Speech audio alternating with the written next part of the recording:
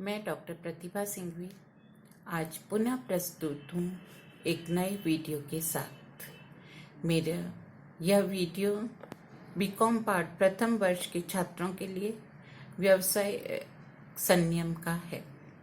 आज हम पढ़ेंगे अनुबंध की समाप्ति। मैंने अपने पहले वीडियो में भी आपको बताया था कि अनुबंध का निर्माण होता है, पक्षकार अपने वचनों को पूरा करते हैं और उसके बाद अनुबंध की समाप्ति होती है।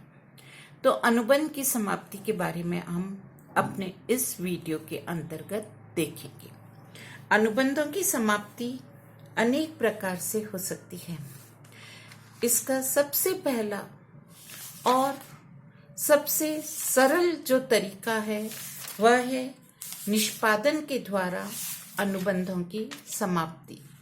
तो आज हम अपने इस वीडियो के अंतर्गत पढ़ेंगे कि अनुबंधों की निष्पादन के द्वारा अनुबंधों की समाप्ति किस प्रकार से की जाती है। सबसे पहले हम लेंगे निष्पादन का अर्थ।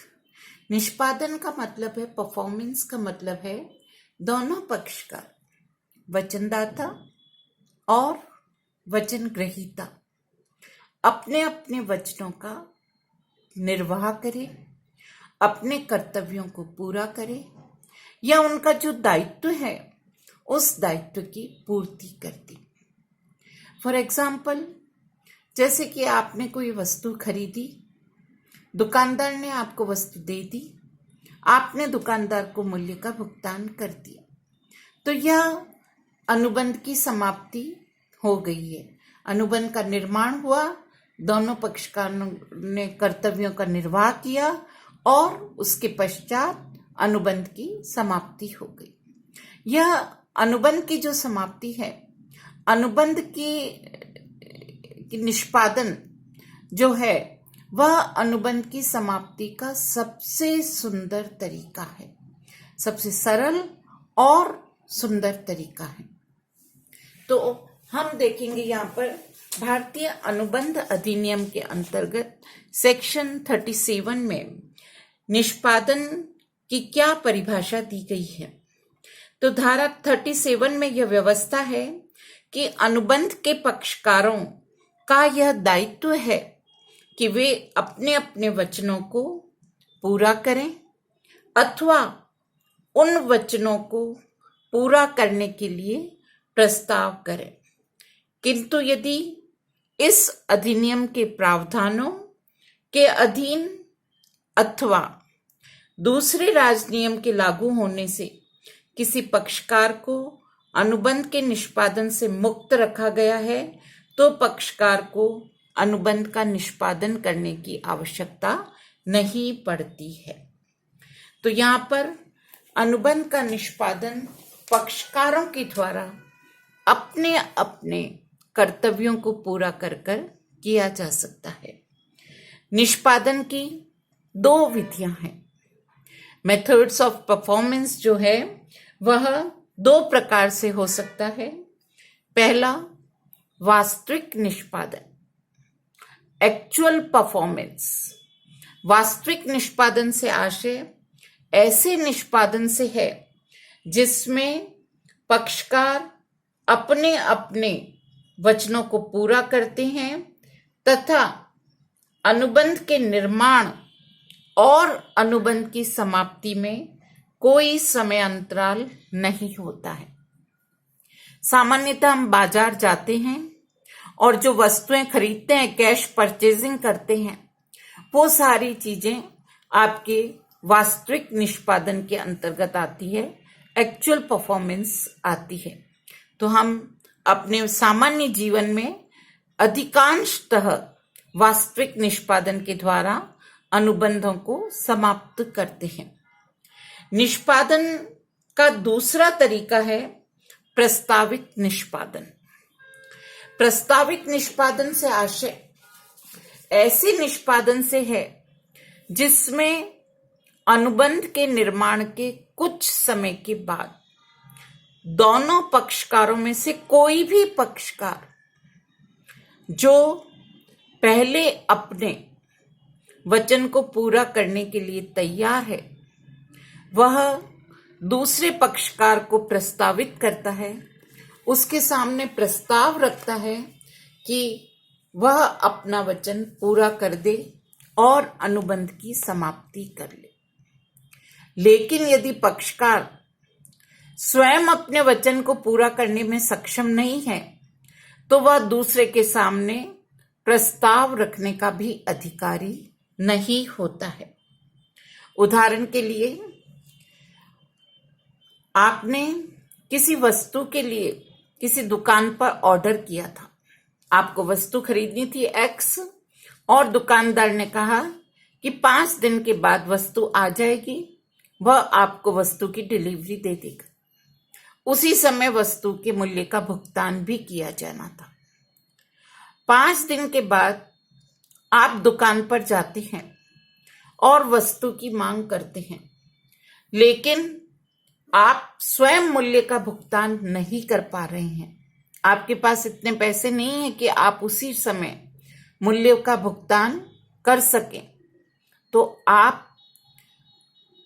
निष्पादन की मांग नहीं कर सकते हैं। यदि आप मूल्य का भुगतान करने के लिए तैयार हैं, तभी आप निष्पादन की मांग कर सकते हैं। तो इस प्रकार से प्रस्तावित निष्पादन में अनुबंध के निर्माण और अनुबंध की समाप्ति दोनों के मध्य एक समय अंतराल होता है, और कोई भी पक्षकार निष्पादन का प्रस्ताव रख सकता है। निष्पादन का प्रस्ताव 2 प्रकार का हो सकता है, एक तो माल या सेवा के संबंध में, और दूसरा मूल्य के संबंध में, मूल्य के भुगतान के संबंध में। अब हम देखेंगे निष्पादन प्रस्ताव की क्या विशेषताएं होनी चाहिए, या हम यूं कहें कि एक निष्पादन प्रस्ताव कैसा होना चाहिए। तो सबसे पहला है कि निष्पादन प्रस्ताव शर्त रहित होना चाहिए, अर्थात जिन शर्तों पर अनुबंध का निर्माण हुआ है, निष्पादन प्रस्ताव उन्हीं शर्तों पर आधारित होना चाहिए। हम निष्पादन प्रस्ताव में कोई नई शर्त को नहीं जोड़ सकते हैं। तो बहुत सिंपल सा है कि निष्पादन प्रस्ताव शर्त रहित होना चाहिए, सक्षम एवं इच्छुक व्यक्ति द्वारा होना चाहिए, अर्थात जो स्वयं अपने वचन को पूरा करने के लिए तैयार है, वही निष्पादन का प्रस्ताव रखने के लिए सक्षम व्यक्ति माना जाएगा। संपूर्ण निष्पादन होना चाहिए। जब निष्पादन का प्रस्ताव रखा जाता है, तो वो किसी के भाग के लिए नहीं होना चाहिए, बल्कि संपूर्ण निष्पादन के प्रस्ताव के रूप में होना चाहिए। अर्थात जैसे मूल्य का भुगतान था, आपका वस्तु का मूल्य 1000 रुपया था। आप दुकान पर जाते हैं, वस्तु की मांग करते हैं और कहते हैं कि अभी तो मैं 500 रुपये ही दे सकता हूं। तो यहां पर आप निष्पादन का प्रस्ताव नहीं रख सकते हैं। इसके बाद आता है उचित समय, उचित स्थान व उचित व्यक्ति। तो यहां पर कार्य का स्थान उचित स्थान, कार्य के घंटे उचित समय, और दोनों पक्षकार जो वचनदाता और वचन ग्रहीता हैं, या उनका कोई एजेंट है, या उनकी ओर से नियुक्त कोई अन्य व्यक्ति है, तो वह यहां पर उचित व्यक्ति माना जाएगा। निष्पादन का प्रस्ताव अनुबंध के अंतर्गत वस्तु की जो किस्म या मात्रा निर्धारित की जाती है, उसी के लिए होना चाहिए। अर्थात हम यहाँ पर कह सकते हैं कि हमने अनुबंध का निर्माण करते समय वस्तु की जो क्वालिटी, वस्तु का जो मूल्य निर्धारित किया था, उसी के अनुरूप निष्पादन का प्रस्ताव होना चाहिए। निष्पादन के प्रस्ताव का उचित अवसर प्राप्त होना चाहिए, मुद्रा का भुगतान होना चाहिए। तो ये कुछ आपकी विशेषताएं थी। इसके बाद हम लेंगे कि निष्पादन प्रस्ताव कब आवश्यक नहीं होता है या इसकी कब आवश्यकता नहीं होती है। तो सबसे पहला है कि जब निष्पादन करना दोनों पक्षकारों के लिए असंभव हो जाए। दूसरा, नए अनुबंध की प्रतिस्थापना करना हो।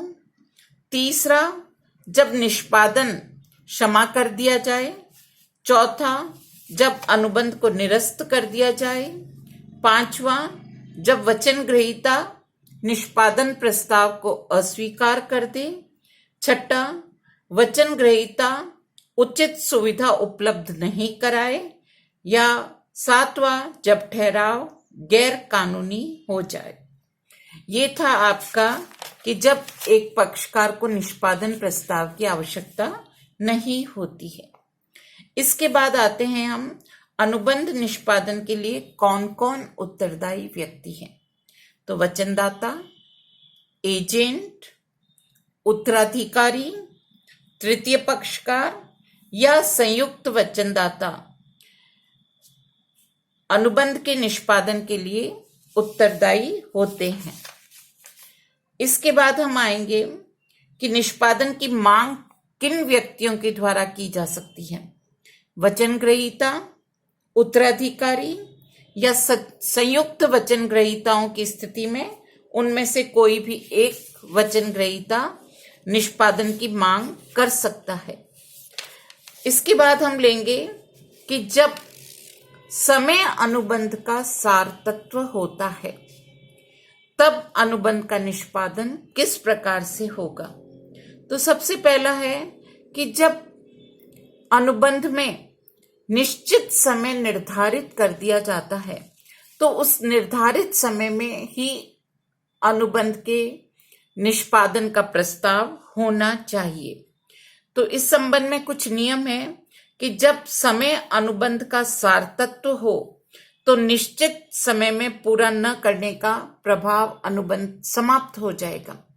या हम यह कहें कि जब समय अनुबंध का सार तत्व होता है, अनुबंध को पहले से पूर्व निर्धारित कर लिया जाता है, तो उस पूर्व निर्धारित समय के भीतर ही पक्षकार को निष्पादन की मांग करनी चाहिए। यदि निर्धारित समय में निष्पादन की मांग नहीं की जाती है तो अनुबंध समाप्त हो जाता है। इसके बाद हम थोड़ा सा समझेंगे भुगतानों का विनियोजन। भुगतानों का विनियोजन भी अनुबंध का निष्पादन ही होता है। यहां पर मैं बता दूं कि जब एक ही पक्षकार दूसरे पक्षकार को समय समय पर विभिन्न प्रकार के ऋण देता है और दूसरा पक्षकार उसे जब उन ऋणों के संबंध में भुगतान करता है तो उन भुगतानों को किस क्रम में समझा जाएगा, इसके संबंध में हम यहां पर देखेंगे भुगतानों का नियोजन। इसमें सबसे पहली, जैसे एक व्यक्ति ने दूसरे व्यक्ति को अलग अलग समय पर 4 ऋण दिए हैं। अब 4 ऋण लेने के बाद जब ऋणी ऋणदाता को भुगतान करता है तो सबसे पहला तो है स्पष्ट सूचना के अनुसार विनियोजन किया जाएगा। अर्थात ऋणी भुगतान करते समय ऋणदाता को स्पष्ट सूचना देगा कि वह किस ऋण के समायोजन का भुगतान कर रहा है। दूसरा, यदि स्पष्ट सूचना नहीं दी जाती है तो ऋणदाता अपने स्वेच्छा अनुसार विनियोजन कर सकता है। तीसरा, समय क्रम में विनियोजन किया जा सकता है, अर्थात फर्स्ट इन फर्स्ट आउट के आधार पर, या जो पहले प्राप्त हुआ है उसे पहले, उसके बाद दूसरा, उसके बाद तीसरा, इस प्रकार से उनका विनियोजन किया जा सकता है। चालू खाते की दशा में भुगतानों का विनियोजन समय क्रम के अनुसार ही होता है। यदि ऋण पर ब्याज भी देय है तो पहले ब्याज का समायोजन होगा उसके बाद मूल राशि का समायोजन किया जाएगा। तो ये इस प्रकार से भुगतानों का नियोजन किया जा सकता है। यहाँ पर हमने देखा कि किस प्रकार से निष्पादन के द्वारा हम अनुबंध की समाप्ति कर सकते हैं। मैं अपना वीडियो आज यहीं पर समाप्त करती हूँ। अगले वीडियो में हम देखेंगे कि अनुबंध की समाप्ति के अन्य कौन से मेथड्स हैं। धन्यवाद।